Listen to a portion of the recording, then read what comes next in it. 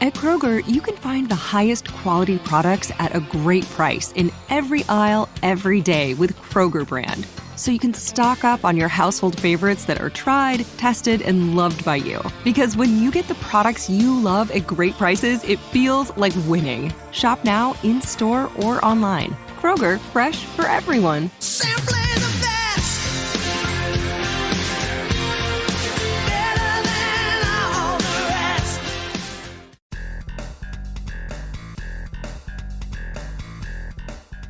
You're listening to Press This, a WordPress community podcast on WMR. Each week we spotlight members of the WordPress community. I'm your host, Doc Pop, and I support the WordPress community through my role at WP Engine and my contributions over on torquemag.io. You can subscribe to Press This on Red Circle, iTunes, Spotify, or your favorite podcasting app. You can also download the episodes directly from WMR.fm. Now, on each episode of Press This, we pick a WordPress topic, but each month we like to do a word around the campfire where we pretend we're cuddled around a campfire sharing our favorite WordPress stories. And joining us this week is Sam Brockway, a community manager for developer relations at WP Engine, and Mike Davey, the senior editor of Delicious Brain. Sam, let's start with you. How has your last month been since we chatted last month? Been awesome. I feel like I've just felt a lot of excitement about new things coming to WordPress, and I've been exploring a lot of stuff and sharing those things on Twitter. So I'm feeling really excited to talk through things. Plus, with the anniversary of WordPress, and I know we're going to talk about that. Feeling a lot of excitement and buzz around WordPress these days. That's right, WordPress 20. We're definitely going to talk about that after the first break here. Mike, how have you been since our last episode? I know you didn't want to go too deep into it. You did an AI project last time, though, and I just want to make sure you survived. No terrible accidents, no beginning of Armageddon or Terminator movies. Nope. It's still very cheerfully, consistently, confidently wrong a lot of the time. Contradicts itself quite frequently, but part of it is just learning how to use it. And I would have to say, actually, the results I've gotten in the last couple of weeks have steadily improved as I've learned to use it as a tool. Before the show began, we started talking about this next topic, and I said, wait, we need to stop. We need to talk about this on the show. So we're going to talk this one out because it's still kind of happening. But 6.2.1 was a security release that came out, I believe, like May 16th or 17th. Basically, an issue was found by William Glady, who's a WP Engine contributor, found this issue that affected all WordPress sites that used shortcode in full site editing. So the shortcode block in full site editing. And 6.2.1 was a quick fix to remove it because it was considered a security risk. And what they did was they disabled the block. Just if you had shortcodes running in full site editing, not all shortcode, but if you were using the shortcode block, then it just wasn't going to work if you had this update. And then about 5 days later, I believe, 6.2.2 came out and patched that security issue as well as restored shortcodes. And a lot to talk about with this because on one hand, we have a security fix possibly going out and doing the thing that we're supposed to do, making sure that WordPress is secure. On another, we had a lot of users who had their sites broken. And Sam, you said that on Twitter you saw some people like this. What was some of the feedback you were seeing about this 6.2.1 release? Yeah, I shared the news on Twitter and received so many comments and people kind of being like, I didn't even understand what was going on. Everything was broken. The shortcodes just aren't working and I just couldn't understand. And I think like the feedback was a kind of across the board frustration, not so much appreciation for the security fix, which I can understand. It sounds like it was a lot of my clients are wondering why this is like this. This is making me feel nervous about using block themes because that was the big thing was that shortcodes weren't working in block themes specifically, which raises some hesitancy, right? I know there's already so much hesitancy people have towards using modern WordPress features in general. And so knowing that something is just kind of pushed out that makes sites, it just looks bad, right? If you have something in the footer, let's say, and it was a shortcode that displayed an Instagram feed or something, now all of a sudden we have a little shortcode Instagram feed. It's not a good look from an optics perspective, but also there's the security implications. So it's a big trade-off. And I think that the community was kind of grappling with it and not feeling like they had the information that they needed before auto updates happened. And Mike, you too were saying that this seemed like it was maybe handled weird. What was some of the questions you had about the 6.2.1 release? Well, I mean, it often seems that until we tell people how to rob a bank, maybe nobody knows. Mhm. And I do question if it was, and I mean, I understand that a lot of effort went into this, and I don't really understand security on a fundamental sort of how to do it level, like how to build solutions like that. But it seems to me if it was only going to be another 5 days, maybe just keep quiet about it and release the fix without, nuking the block. But as I said, it's not really my area, and there's probably a lot of issues here I don't really understand. This is a tough call, I think, for anyone there. And I think it all comes down to the possible severity of these fixes, of these vulnerabilities, in terms of what harsh things they might need to do. And WordPress has done some big decisions in the past that were done for security. I don't know even if they knew exactly how big an issue it was or if it was just a small thing. But this was something that we mentioned earlier. William found this when he was researching something for ACF. They found that there was shortcodes in ACF that had this potential issue. And so they fixed it. And then once the fix was out, they publicly said, hey, we found this thing. William then found this could affect other things, not just ACF. And I think the point of reference here that we should be looking at is like the day after the ACF announcement was made about the security. So the day after they pushed the fix out, that's when they came out with the vulnerability report. And it was almost immediately that hackers began trying to figure out ways to exploit it. So like it wasn't out there in the wild. And then the next day, there was people, WordFence was detecting just people trying to ping, just hitting on the wall, seeing if they can find something. And we don't know if any exploits were actually found, but it did kind of happen that people started trying. So I think what must have happened when I'm just guessing here because we don't know exactly what happens, but when they heard about this possibly affecting WordPress core, rather than waiting for hackers to find out and start trying, or maybe they saw that hackers already were trying, they decided to push this very tough decision that deactivated shortcodes. And they might not have known how long it was going to take. But just looking at what happened with ACF, we do see that even though it wasn't necessarily exploited in the wild, as soon as hackers learned about it, they tried exploiting it. So it's possible that WordPress either saw it in action or just thought that it was about to happen. So they came up with this last minute, let's just turn off shortcodes. And it only affects even certain types of shortcodes that were vulnerable. I think if there was some sort of input that a user could generate through your site, I think that was where the cross-site scripting could happen. So it wasn't all, but they just kind of turned it off for all. And then 5 days later, 6.2.2 came out and, they found a way to fix that specific issue, hopefully.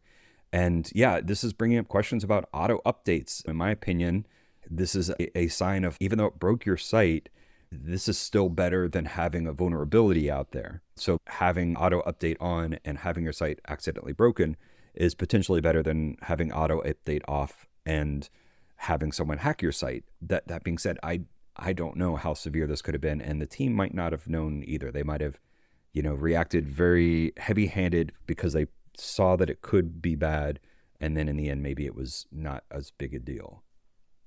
I will note actually that there were some reports in the media fairly early on about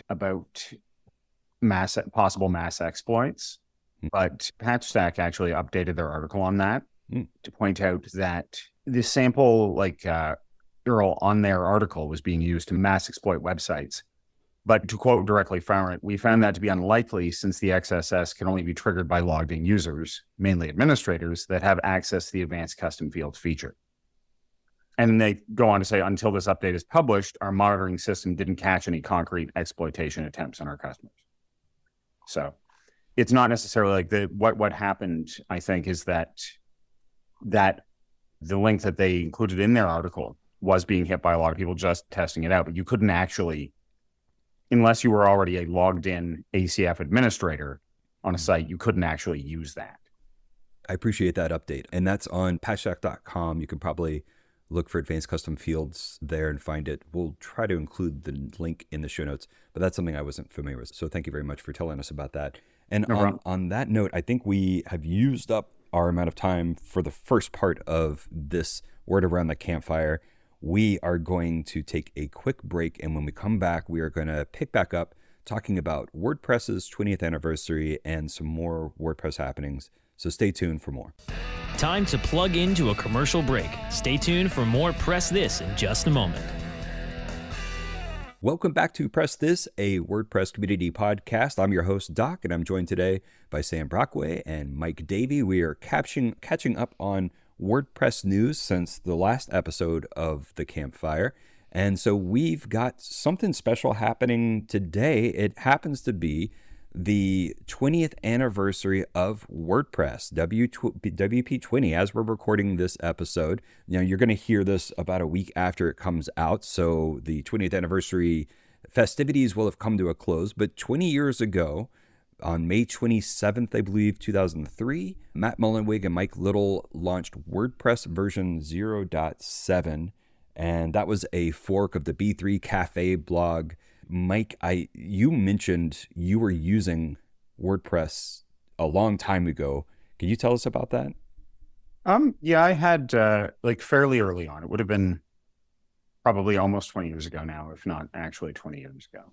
I had a personal blog or two that I set up and, worked on them a bit and dipped into a bit of the technical side of it, and then pretty much left it alone for almost 20 years until I rejoined the world of WordPress about 2 years ago when I joined Delicious Brains and then later WP Engine.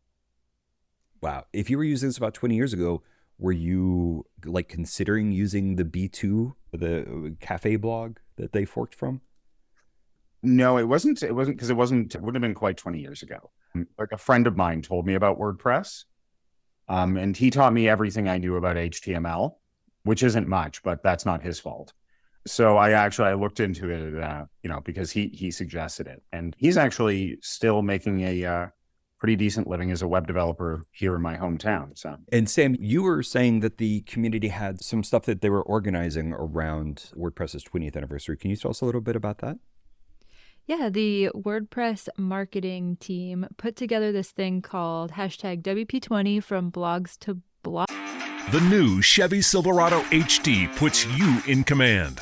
Own strength with its enhanced available Duramax 6.6-liter turbo diesel V8. Own the lake with its available advanced towing technology. And own technology with an available 13.4-inch diagonal touchscreen. The new Chevy Silverado HD. Own work, own play, own life. Learn more at Chevy.com. Find new roads. Chevrolet. And it was really just about celebrating the 20 years of WordPress, but also highlighting new modern features and exploring those. And so I thought this was really cool the way that they did it every day for 20 days from the 7th of May. Did I say March earlier? I meant May. The 7th of May until May 27th. There were daily prompts, and each day there were prompts around blogging, developing, designing, photography, and community. So basically any flavor of WordPress that you were interested in or are interested in, you could submit to the prompts. And honestly, it still would be something cool to go back and look at, even if you've already, or if you're listening to this later on. But the whole idea was just to get excitement about WordPress and the community and just have everybody come together and build things and practice and learn. And I found it to be a fun way to just get new ideas about how to use WordPress, as well as supporting the community along the way and just being excited about the fact that it's been around for 20 years.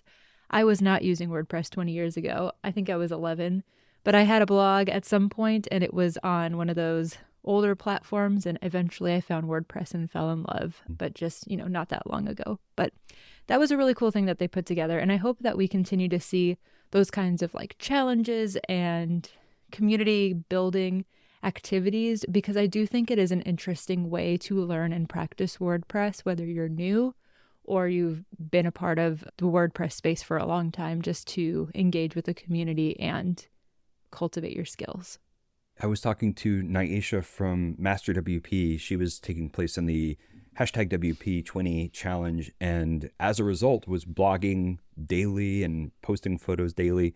And I think there's quite a few other users who maybe hadn't been giving love to their websites and found it as a fun excuse to team up with other people, kind of like a weblog, and share their enthusiasm for something and be creative too. So be sure to check out hashtag WP20 on Twitter. And you can also go to WP20.wordpress.net to see a lot of the recaps and kind of collections and all the prompts that were given.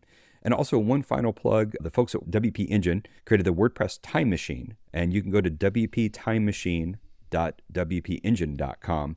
This is just a fun project. They tried to make a WordPress site that looked like WordPress version 0.7. They tried to make it look old, right? A little counter and auto-playing music and site under construction GIF. It's a fun way to show the history of WordPress. Each post on there also corresponds with something that was happening in pop culture as the release of plugins was first made available on WordPress, or the release of themes, the update that allowed themes, what was happening in pop culture there. So wptimemachine.wpengine.com.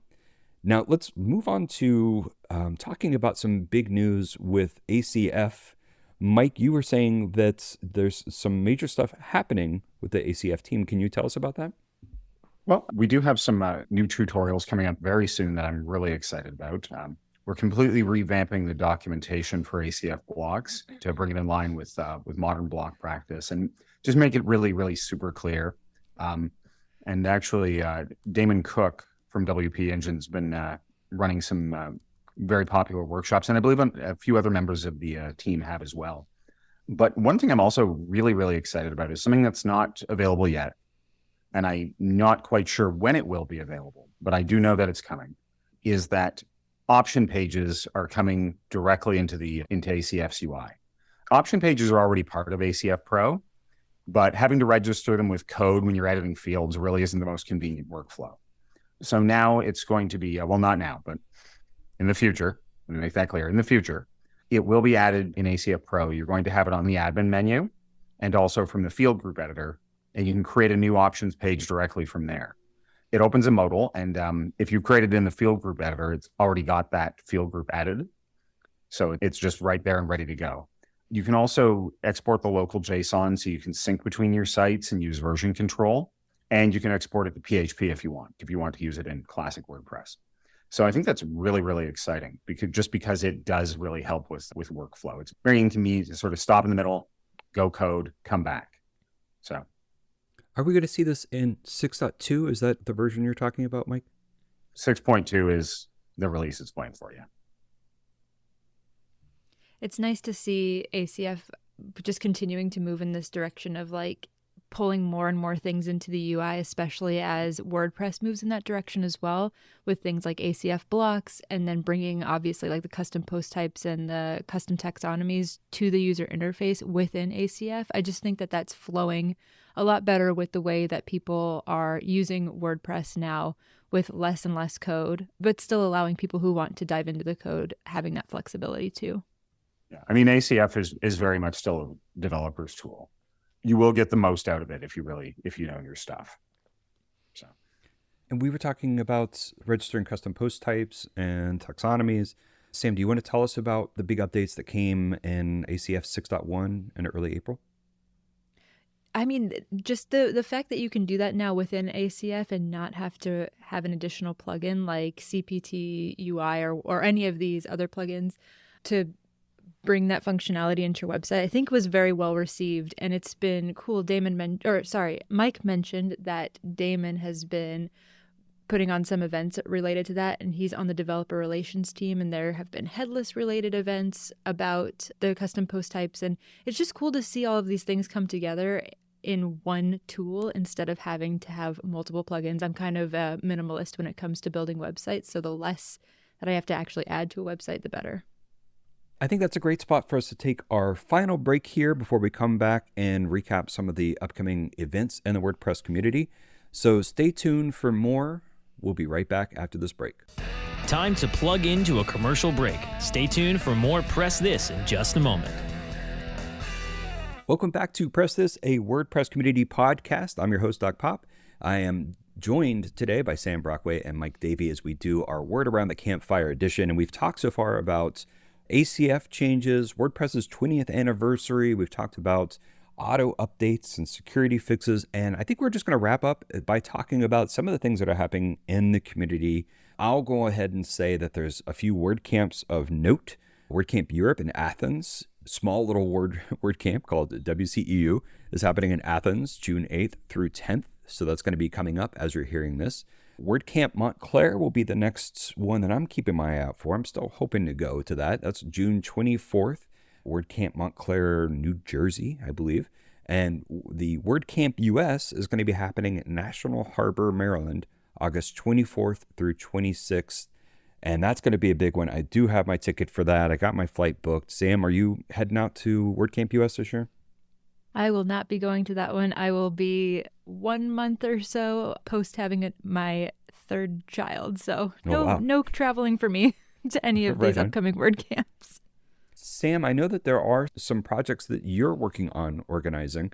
Can you tell us about some of the events that you have planned or that the WP Engine team is working on? Yep. So the developer relations team is really all about education and providing just like the latest of what's happening with WP Engine products, as well as things happening in the WordPress space more broadly. And so about every week we host some sort of event, typically through Zoom, and then we share the replays on the WPE Builders YouTube channel. And some upcoming ones, I know that we have one about intrinsic design. Brian Gardner is going to be hosting that one. So about like responsiveness and what WordPress can already do. And then we'll be doing some things about headless and e-commerce coming up as well. But I will say that some of the most notable ones most recently have been around ACF. And I was alluding to this before the break. Damon Cook and Liam Gladdy hosted an event about how to create a testimonial block, and they did it 4 different ways, and one of those ways was with ACF blocks. And then another really interesting one was data modeling in headless WordPress with ACF and WP GraphQL. So again, leveraging all of those new features of ACF and pulling them into these cool use cases that you can then go apply to client projects or your own website. So definitely check out those replays if you haven't yet on the WPE Builders YouTube channel, and look forward to other developer-related events coming up soon. I think on that note, we are going to wrap up this episode of the Press This, our Word Around the Campfire edition. I will mention before I close, if you missed it, we did an interview with Joe Hoyle from Human Made last week about AI's place in a WordPress agency. If you're interested in AI, and if you're a web developer or have an agency and kind of thinking about what tools to use and what concerns you should have, check that out. Also, we did an interview with Ian Poulsen a month ago when ACF 6.1 came out. So if you're looking for a deep dive into the new features in ACF 6.1, check that out as well. And Sam, if people want to follow you online, what's a good place for them to keep track of what you're working on? Yep. For myself, it's Hello Sam Munoz on Twitter, or WPE Builders on Twitter. That's another place that I share all of that good developer-related content. Right on. And Mike, how can people keep track of what you're writing and what you're working on? I would follow ACF on Twitter, follow Delicious Brains on Twitter, follow WP Engine on Twitter, and follow me on Twitter at Medium Mike Davey. Right on. Well, thank you both for joining. It's been really great talking with you, and I learned a lot. Thanks for your insight. And thanks to the listeners out there. Thanks for listening to Press This, a WordPress community podcast on WMR. You can follow my adventures on Twitter. You can go to @thetorquemag to see the articles that we're sharing and see the interviews and the live streams we're doing. Again, that's @thetorquemag, or you can go to torquemag.io to be able to find those directly, as well as transcriptions if you need those. You can subscribe to Press This on Red Circle, iTunes, Spotify, or you can download it directly from WMR.fm. Again, I'm your host, Dr. Popular. I support the WordPress community through my role at WP Engine, and I love spotlighting members of that community each week on Press This.